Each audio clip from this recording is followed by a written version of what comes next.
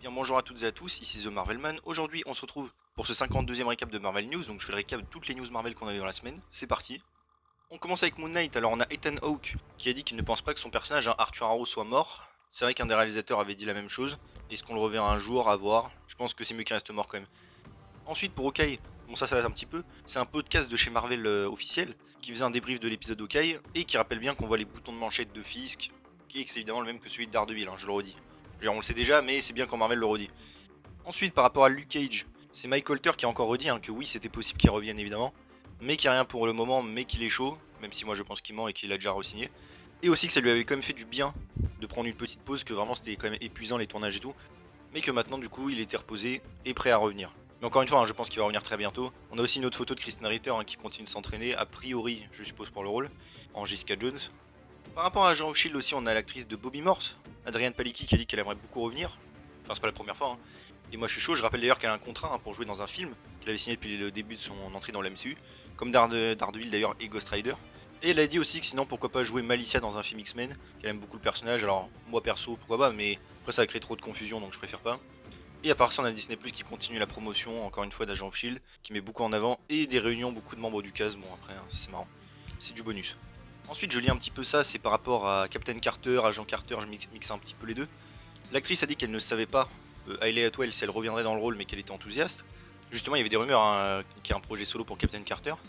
Et elle a aussi répondu à des fans sur une question sur comment se passerait une saison 3 d'Agent Carter avec Steve Rogers, après les événements de Endgame. Bon, du coup, ce serait pas dans le MCU principal, ce serait dans la timeline où Steve est revenu. Mais qu'en gros, elle pense que ce serait un truc du style Steve Rogers qui arrive, Peggy un peu désemparée. Ils expliquent la situation et en gros, lui reste caché, on va dire, un peu à la baraque et tout. Et elle va faire ses missions et Steve accepte parce que voilà. C'est vrai que ce serait assez cool à voir. J'aimerais beaucoup une saison 3 à Jean Carter en vrai. Par rapport à Eternals 2, à ce qui paraît en final, le projet aurait évolué et sera en fait le projet sur Star Fox, le frère de Thanos dont je vous ai déjà parlé dans un autre récap, annulant ainsi donc Eternals 2, mais la suite entre guillemets de l'intrigue se fera là-dedans. Bon, perso, je suis pas très chaud, j'ai beaucoup aimé Eternals donc j'aurais bien aimé un 2 direct, mais bon, on verra comment tout ça va se mettre en place. Pour Shang-Chi aussi, il y a eu apparemment une scène coupée dans les mid-crédits. On aurait vu justement Razor Fist chanter avec Shang-Chi sur la musique I Want It That Way des Backstreet Boys. Et il aurait ramené une assiette de nachos avec sa main. Bon, perso, je suis quand même content qu'il l'ait coupé, mais bon. Ensuite, pour la série sur Xialing, il est 10 anneaux, qui est pas encore officiel, mais on sait que ça va arriver. Apparemment, le personnage de Wave apparaîtra bientôt. Donc, c'est un personnage qui peut contrôler l'eau et tout, enfin, vous voyez le genre. Et donc, apparemment, ce personnage apparaîtrait bientôt, et ce serait pour ce projet. Peut-être pour faire les agents of Atlas. À voir, peut-être qu'ils peuvent mettre en place cette équipe. Black Panther Wakanda Forever aussi, on a eu les premiers visuels officiels pour Okoye et Shuri. Bon, après, c'est pas grand chose, mais c'est déjà ça. Par rapport à Captain America 4 aussi, je mixe un peu ça. C'est Chris Evans qui a dit que oui, il pourrait revenir dans le rôle si c'était parfait pour l'histoire. Que ce serait un défi de le rejouer, mais que ça pourrait faire plaisir aux fans. Aussi qu'il a perdu pas mal de poids là depuis qu'il fait plus Captain America du coup. Et aussi qu'il était très fier d'Anthony Mackie. Qu'il n'y a personne de mieux que lui pour reprendre le rôle et de voir ce qu'ils vont faire avec lui. Bon, honnêtement, j'espère pas trop qu'il reviendrait. Je pense que ça cassera un peu sa fin, mais bon. Pour Thor Love and Thunder ensuite, on a eu beaucoup de posters, je vais tout vous afficher. Le film final apparemment ferait bien 1h59, un petit peu court. On a eu aussi quelques TV spots avec de nouvelles images et tout. On a aussi Chris Hemsworth qui a dit que Christian Bale était effrayant, mais dans le contexte du monde coloré et vif qu'ils mettent depuis Ragnarok, qu'il était assez bizarre et complexe et qu'on aurait de l'empathie pour lui. Et pareil, toujours sur Gore, c'est Taika Waititi qui a dit qu'ils vont explorer un peu le thème des croyances, que Gore allait être complexe et qu'on verrait pourquoi il est vraiment énervé contre les dieux, et que Thor va pas mal le comprendre même s'il ne peut pas le laisser donc détruire tout l'univers sur son chemin quoi. Il aurait d'ailleurs été le méchant le mieux reçu pendant une projection test. Bon, après on verra. Et à ce qui paraît en fait c'est Christian Bale en voyant Ragnarok qui s'est dit qu'il voulait faire un truc amusant et qu'il a voulu participer. Alors personnellement ça me rassure pas trop par rapport au personnage de Gore du coup mais bon, on verra. Et pareil pour Natalie Portman, Taika Waititi a dit qu'il voulait la ramener et s'amuser avec. Chris Hemsworth aussi a dit qu'il avait beaucoup aimé jouer avec Russell Crowe en Zeus, qui a des allusions aussi beaucoup à Gladiator mais qui a beaucoup d'autorité de dérision. On verra aussi donc officiellement des flashbacks selon Natalie Portman de leur rupture. Même si on le savait déjà, il y avait déjà eu des photos de tournage de ça. Et ce sera un des moments les plus drôles du film aussi. Et aussi que Thor donc ne sera pas a priori au début du film pour son cancer et tout. Ce sera un secret qu'elle garde quoi. Tessa Thompson aussi qui joue Valkyrie a dit que elle va devenir assez pote avec Jane Foster. Et que justement vu que ses sœurs Valkyrie lui manquent, elle ça va devenir un petit peu sa sœur aussi. Et qu'il va y avoir donc une espèce d'amitié comme ça et tout. Et elle a dit aussi que s'excusait d'avoir fait leaker son costume à l'époque. En fait elle avait envoyé à sa belle-mère qui l'a mis sur Instagram, enfin bref. Et du coup elle s'excuse. Pour Loki saison 2, le tournage a donc bien commencé et devrait se finir en décembre.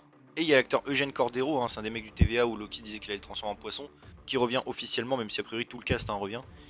Pour les Gardiens de la Galaxie volume 3, James Gunn a dit que c'était un petit peu compliqué de suivre le canon, même par rapport aux Gardiens de la Galaxie, les trucs qu'il a déjà établis lui.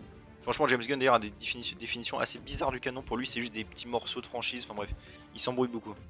Pour Ant-Man and the Wasp, Quantum Mania aussi, c'est l'actrice de Maggie, donc l'ex-femme de Ant-Man dans l'histoire, qui a dit qu'elle aimerait beaucoup revenir avec des super pouvoirs, elle en parle beaucoup au réalisateur. Je rappelle qu'a priori elle est pas dans le film. Par rapport à Miss Marvel aussi, donc beaucoup de détails, qui peuvent spoiler un petit peu. Donc déjà on a eu des images making-of, des petits extraits de l'épisode 2, je vous affiche tout.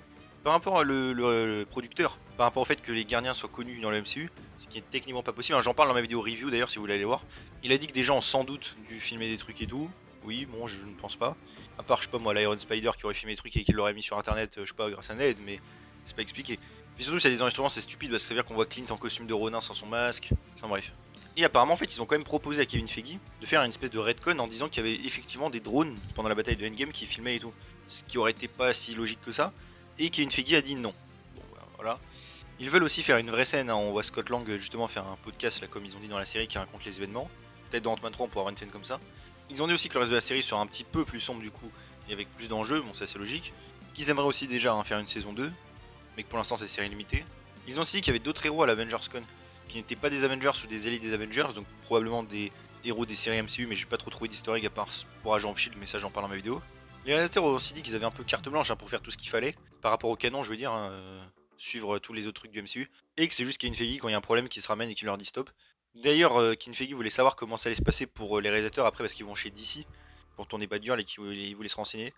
Une scénariste a aussi dit qu'ils avaient improvisé l'histoire des pouvoirs de Kamala dans la série, au fur et à mesure. Et donc c'est sans doute pour ça que les liqueurs ne savent même pas si elle est vraiment inhumaine du coup ou pas, enfin bref, on verra ça. Iman Vellani aussi a expliqué qu'elle s'était fait spoiler par Tom Holland de Spider-Man No Way Home, il y avait une photo de lui avec Toby et du coup ça l'a spoilé. Elle a aussi dit qu'elle allait beaucoup sur des forums même de fans et tout en général, même avant. Et elle pense que pour les Young Avengers il y aura donc elle, Ironheart, Kate Bishop, Spider-Man, America Chavez et Sprite. C'est vrai que Sprite beaucoup l'oublie pour les Young Avengers. Après a priori elle a plus de pouvoir je crois. On a aussi une petite photo de la première fois où elles se sont rencontrées, donc elle et Captain Marvel. Et on a aussi la musique de la série qui commence un petit peu à être diffusée et qui sortira en 2 volumes, un le 22 juin et un le 13 juillet. Pour Secret Invasion aussi, c'est Samuel L. Jackson qui a dit qu'on le verrait un peu au quotidien dans la série, même dans les moments difficiles, quand il rentre chez lui et tout, et pas en mode super-héros H24, et le voir du coup quand il a pas sa façade. Il a aussi dit qu'il avait toujours eu le seum de pas être apparu dans Civil War, de comment Fury pouvait laisser les Avengers se battre entre eux. D'ailleurs, il y a un comics préquel qui explique où il est. Mais c'est vrai que c'est assez stupide quoi. Même à la fin d'Avengers 2, je me suis toujours dit qu'il y avait énormément de gens dans leur base, même Eric Selvig et tout, et après ils disparaissent. Et selon IMDB, l'acteur, donc Everett Ross, le personnage, sera là pour au moins un épisode. On verra bien sûr. Pour Agatha House of Harkness aussi, apparemment la série va tourner au Royaume-Uni. On verra en fin d'année, je suppose. Doctor Strange et Multiverse of Madness, on a eu quelques concept art là de Wong avec America Chavez et Strange sur la Terre des Illuminati. On a eu aussi la liste des scènes coupées qui franchement sont pas ouf. Je veux dire qu'on sait qu'il y a la scène de la mort de Mordo du MCU par Wanda. A priori peut-être même des scènes avec Magneto qui avaient été tournées et tout. Franchement c'est pas terrible. Le film est passé d'ailleurs les 930 millions au box-office. Ensuite Charlize Theron aussi a parlé un peu de son caméo en disant que Marvel n'avait pas pris mal qu'elle tourne aussi dans The Boys. Au contraire même. Et Michael Waldron, à propos de cette future relation avec Strange, a dit que du coup lui voulait fermer le livre de Christine Palmer pour que Strange puisse avoir son vrai amour des comics, on va dire, et que ça allait être intéressant vu qu'elle est son égale en plus niveau pouvoir et tout. Aussi l'acteur de Billy Maximoff, il a dit qu'il aimerait beaucoup retravailler surtout avec America Chavez, l'actrice et tout, il s'était beaucoup entendu. Et sinon, évidemment, on rejouait avec Tommy, Kid Loki, Alligator Loki, Patriot et Iron Lad. Il a aussi dit vouloir adapter l'histoire Children Crusade, et évidemment, comme j'ai déjà dit, il y a des rumeurs de projets dessus, donc c'est intéressant. Pour Spider-Man No Way Home aussi, on a eu pas mal de scènes coupées en prévisualisation, mais a priori ces scènes existent, je vous les montre, et surtout le film va ressortir en salle, ça s'appellera The More Fun Stuff version, donc version plus drôle, ça sortira aux USA et au Canada, a priori dans d'autres pays qu'ils annonceront aussi. Donc c'est une espèce de version longue, a priori 15-20 minutes. A priori aussi ce serait les scènes qui devaient être sur le Blu-ray, et qu'ils ont délibérément menti dans le marketing, ils les ont pas mis. On verra évidemment, moi j'espère quand même qu'il y aura toutes les scènes de Matt Murdock, pas juste une, car on sait qu'il y en a plusieurs. Et aussi la scène de Toby contre le bouffon vert, mon perso, moi c'est ce que j'aimerais. Mais je ne pense pas qu'elles y seront. On a aussi la trilogie de Toby et les 2 films avec Andrew qui vont arriver sur Disney+, le 17 juin, en France et dans d'autres pays. On savait que ça allait arriver, il y avait déjà eu un deal conclu à l'époque. Et Venom arrive aussi au Japon la même date, donc sans doute nous aussi après, on verra. Ensuite pour Spider-Man Across the Spider-Verse, les réals ont dit qu'ils voulaient prendre leur temps, pas se précipiter, faire un truc révolutionnaire et que chaque scène soit vraiment au max.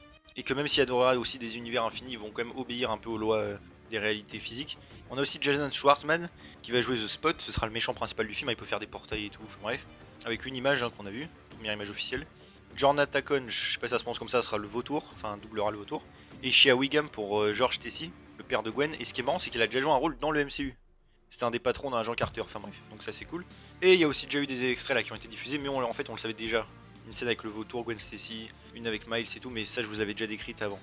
Ensuite par rapport à Silk aussi, donc la série sur ce personnage, annoncée depuis longtemps mais on ne sait pas trop où ça en est. Les réalisateurs de Into Spider-Verse ont dit qu'on aurait bientôt des nouvelles, que c'était toujours en développement et que c'était évidemment en live action, même s'il n'y avait pas d'acteurs pour l'instant. Ensuite par rapport au Thunderbolt, on a eu enfin l'officialisation du film, réalisé par Jack Schreier et écrit par Eric Pearson, qui a aussi écrit Black Widow. A ce qui paraît, Marvel d'ailleurs été époustouflé par l'idée du réalisateur, donc bon, si c'est vrai, tant mieux. Donc c'est un groupe de méchants évidemment qui partent en mission, un peu la Suicide Squad, vous voyez ce que je veux dire. Il paraît aussi que Yelena serait apparemment un peu le personnage principal, et qu'il y a aussi Baron Zemo, Ghost, Taskmaster, Abomination, US Agent et Winter Soldier, Bucky. Et possible qu'il y ait le Général Ross, mais à voir, enfin en réduit, enfin bref. Puisque l'acteur William Hurt est décédé, je rappelle. Ce serait marrant donc le film soit une espèce d'un peu de suite à Black Widow, puisqu'il y aura Yelena et Taskmaster. Ça filmerait apparemment aussi en été 2023, donc j'imagine sortie fin 2024, enfin été, on verra. Et Marvel s'arrangerait déjà pour que tous les acteurs soient dispo en même moment. À part ça, il y avait aussi de nouvelles rumeurs, ça c'est pas officiel, qu'il y ait éventuellement Namor, Khazar et The Hood dans la team, des persos qui apparaîtront bien après. D'ailleurs Khazar, qui vient de la Terre sauvage, qui serait introduite dans Black Panther 2, qu'on avait vite fait en Doctor Strange 2 aussi. Rumeur aussi que dans le MCU, le nom de l'équipe soit une référence justement au Général Ross, car Thunderbolt c'est un de ses prénoms, on verra bien sûr. Et je suis retombé sur une rumeur, c'est vrai, qui date un petit peu, qui disait qu'il y aurait bien des Thunderbolts, avec Zemo, Ghost, Justin Hammer, Général Ross et l'Abomination, contre le leader, vous savez, de l'incroyable Hulk qui reviendrait et que ce serait une trilogie. Bon après c'est une rumeur qui date pas mal, donc même si c'était réel, peut-être sans doute que les plans ont complètement changé. Mais je ferai une vidéo de toute façon sur les Thunderbolts. Par rapport au projet sur Nova aussi, on ne sait toujours pas ce que c'est, a priori une série mais pas sûr. Ça commencera à tourner en 2023. Par rapport aussi au Dr Fatalis, un leaker retease qui aurait un projet solo pour lui, on verra bien sûr. Par rapport à Deadpool 3 aussi, apparemment la Fox serait toujours bien en contrôle pour le film, évidemment avec Disney, mais c'est assez intéressant. Et il y aura aussi apparemment Raymond Chen qui travaillera sur le film, il s'occupera de la production design, il a travaillé sur plein de films du MCU. Ensuite par rapport à The Order, alors en fait c'est une équipe de super-héros en Californie faite par Iron Man. Apparemment il y aura un projet avec cette équipe, des rumeurs, on verra. Mais il y a aussi une autre team par rapport aux Defenders des comics avec Doctor Strange et tout, qui s'appelle comme ça, donc bon, est-ce que ce sera lié, je sais pas quelle équipe ce sera, mais je pense celle de Californie du coup. Si ça arrive, évidemment. Aussi à la D23, Comic Con, je lis tout ça. Marvel a confirmé qu'il y aura évidemment des trucs, donc le 10 septembre, avec invités, images exclusives, annonces de projets, etc. Je ferai peut-être un live dessus d'ailleurs, on verra. Et ils vont donc bien ne pas aller à la Comic Con de cette année. On ne verra pas d'annonce là-bas. Et voilà, c'est déjà tout pour ce 52e récap de Marvel News. J'espère que ça vous a plu. Si c'est le cas, n'hésitez pas à vous abonner, liker, commenter, partager, activer la cloche. À me suivre sur mes réseaux sociaux et mon Discord, vous avez les liens en description. Et on se retrouve bientôt pour une nouvelle vidéo. Salut tout le monde.